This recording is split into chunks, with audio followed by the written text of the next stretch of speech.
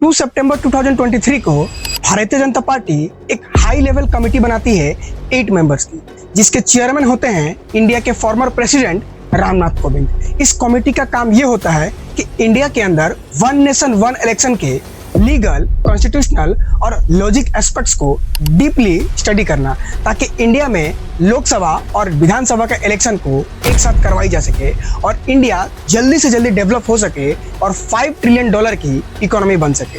वहीं विपक्ष का ये कहना है कि ये इंडिया में डिक्टेटरशिप को बढ़ावा दे सकता है, डेमोक्रेसी पे खतरा है और जिस स्टेट असेंबली में लेट इलेक्शन होने वाला है वो जल्दी हो जाएगा और जहां जल्दी होने वाला है वहां लेट हो जाएगा। तो आखिर क्या है ये concept one nation one election का? क्या इसको पहला बार इंट्रोड्यूस किया गया है या फिर इतिहास में इसका इस्तेमाल किया गया है?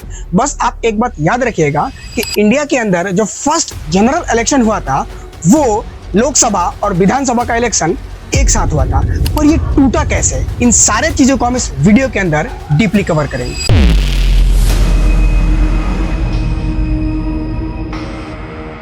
(1930) के सिविल डिसोबीडियंस मूवमेंट के बाद ब्रिटिशर्स की पकड़ इंडिया पे कमजोर हो चुकी थी और उन्हें ये बात पता चल चुका था कि अब वो इंडिया पे ज्यादा दिन रूल नहीं कर पाएंगे।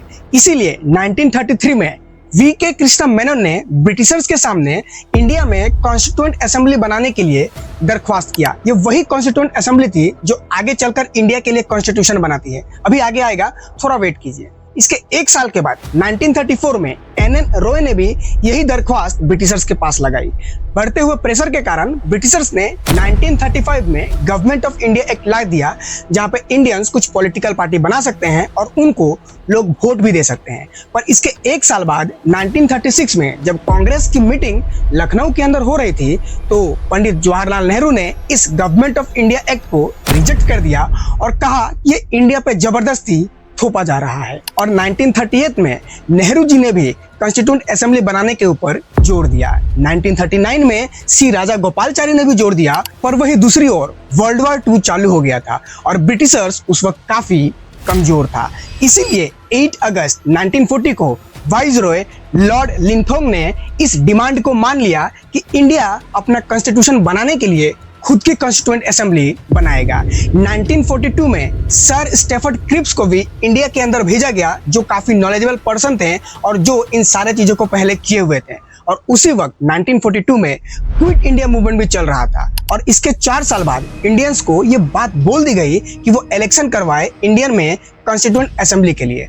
उस वक्त टोटल 389 सीट्स थे, जिसमें 296 सीट जो थे वो प्रोविंशियल स्टेट्स के थे जहां पे एक्चुअली इलेक्शन होने थे, और जो 93 सीट्स थी वो प्रिंसली स्टेट्स के थे जहां पे इंडिपेंडेंट रह सकते हैं, वहां पे कोई इलेक्शन नहीं होगा, वहां के राजा जो हैं वो अपने लोगों को डायरेक्ट नॉमिनेट करके भेज सकते हैं। फाइनली इलेक्शन हुआ और 296 सीट में से कांग्रेस, जो कि उस वक्त की बहुत बड़ी पार्टी थी, वो 208 सीट्स जीत जाती है और दूसरी तरफ मुस्लिम लीग 73 सीट जीती है, जिसकी फॉर्मेशन 1906 में ब्रिटिशर्स के द्वारा हुई थी। और यही मुस्लिम लीग आगे चल के पाकिस्तान बनाता है, वो भी आगे आएगा, थोड़ा वेट कीजिए। उसी वक्त कांग्रेस के अंदर प्रेसिडेंट के लिए भी इलेक्शन होने थे, क्योंकि 1940 से मौलाना अब्दुल कलाम आजाद प्रेसिडेंट बने हुए थे और ब्रिटिशर्स ने बाकी कांग्रेस लीडर को जेल में डाल दिया था। और उस वक्त ये बात कंफर्म हो चुका था कि इंडिया बहुत जल्द आजाद होने वाला है और आजादी के बाद कांग्रेस इलेक्शन लड़ेगी और इलेक्शन में जो अभी कांग्रेस का प्रेसिडेंट होगा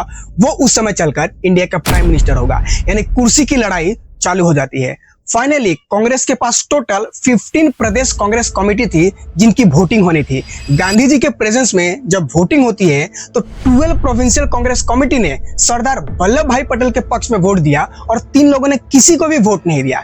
ये बात माइकल ब्रिचर ने, जो कि नेहरू के सिंपैथेटिक बायोग्राफर थे, उन्होंने अपने book Nehru a political biography में कंफर्म किया है।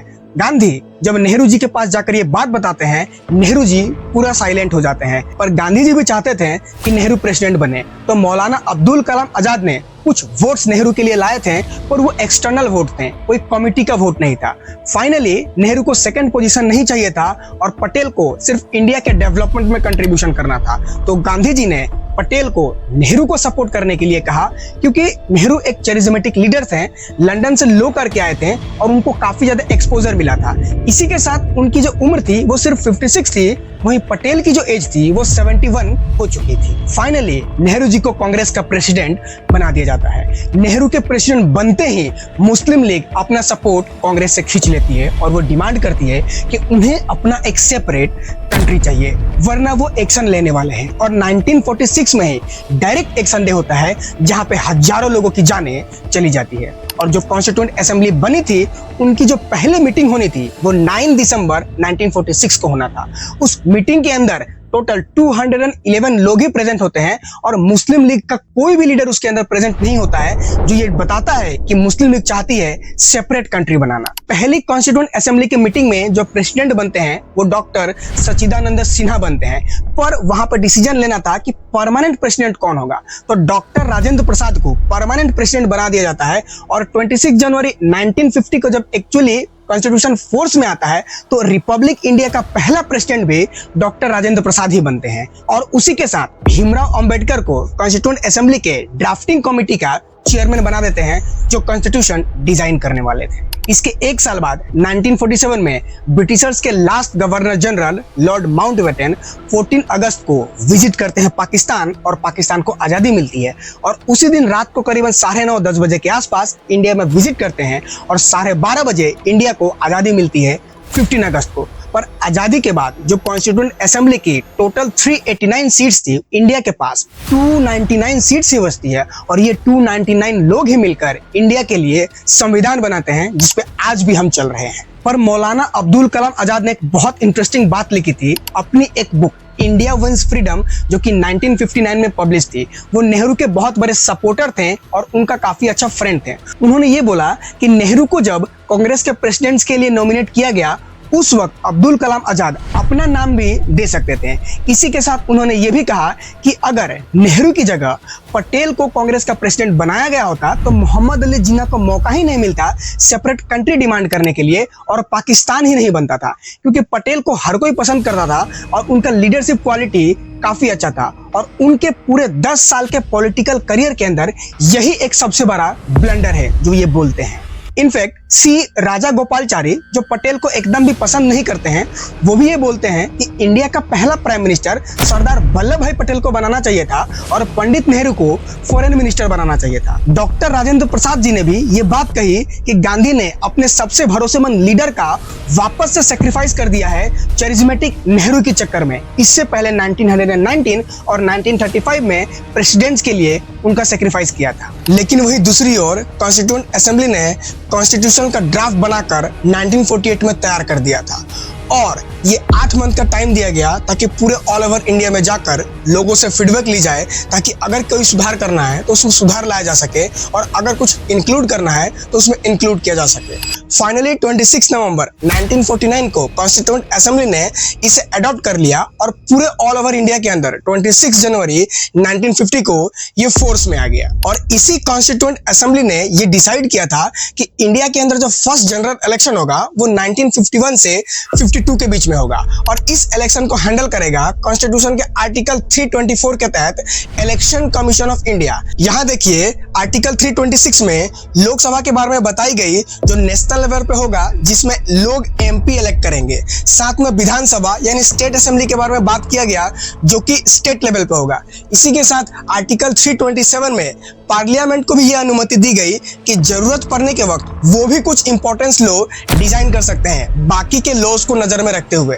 आर्टिकल 79 में लोकसभा और राज्यसभा के बारे में कहा गया।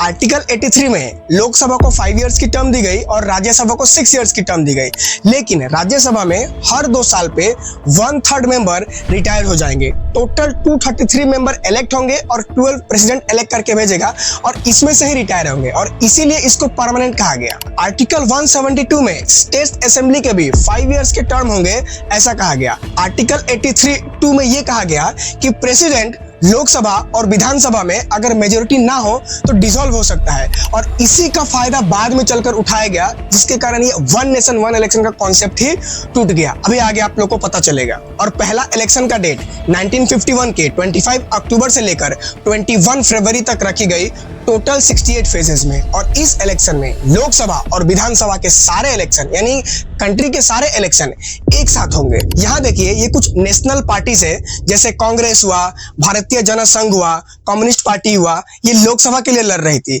यहाँ कुछ स्टेट असेंबलीज के पार्टीज हैं, जैसे all Manipuri national union, all peoples party, ऐसे कुछ। यहाँ आप ये देखिए ये टाइप्स ऑफ कॉन्स्टिट्यूएंसी है, असम हुआ, बिहार हुआ, हैदराबाद हुआ, ओडिशा हुआ। यहाँ पे देखिए ये एमपी के कुछ सीट्स है कि कौन कौन से स्टेट्स में कितने कितने सीट्स है। ये टोटल लोकसभा के सीट उस वक्त 489 हुआ करते थे, और यूपी के अंदर टोटल 69 सीट्स था, बिहार में 44 सीट्स थे, और बॉम्बे के अंदर 37 सीट्स था। ये टोटल कितने लोगों ने वोट दिया था उसका डेटा है। इसके बाद जो हुआ वो राज्यसभा का इलेक्शन हुआ, यानी स्टेट असेंबली से जो लोगों ने एमएलए चुने थे उन एमएलए के पास एक एक वोट होता है। वो एमएलए वोट देकर एमपी सेलेक्ट कर सकते हैं, और वो एमपी एक्चुअली राज्यसभा में जाते हैं, और वो एमपी पार्लियामेंट के अंदर स्टेट्स के मैटर को देखते हैं। लेकिन लोकसभा के थ्रू जो एमपी सेलेक्ट होते हैं वो लोगों के इंटरेस्ट को देखते हैं पार्लियामेंट के अंदर। फाइनली 489 सीट्स पे इलेक्शन हुआ, और जैसा सबने सोचा था कांग्रेस टोटल 364 सीट जीत जाती है। इसी के साथ सेकंड पोजीशन पे होता है सीपीआई, और थर्ड पोजीशन पे एसपी 12 सीट के साथ। फर्स्ट वोट जो इंडिपेंडेंट इंडिया में दिया गया था वो हिमाचल प्रदेश के कन्नौर गांव से मंडी सीट के लिए श्याम शरण नेगी के द्वारा दिया गया था राजकुमारी अमृता कौर के लिए। तो फाइनली इंडिया का फर्स्ट जनरल इलेक्शन लोकसभा और विधानसभा एक साथ हो गया। इसके बाद पीएम नेहरू की टेन्योर कैसे रही, इंडिया की क्या क्या डेवलपमेंट हुई, और आखिर क्या वो बात थी जिस कारण कांग्रेस दो हिस्सों में बट गया, और जो इलेक्शन एक साथ होते थे उनकी टाइम फ्रेम अलग अलग जगह चली गई। इन सारी चीजों को हम आने वाले वीडियो में कवर करेंगे। Thank you so much.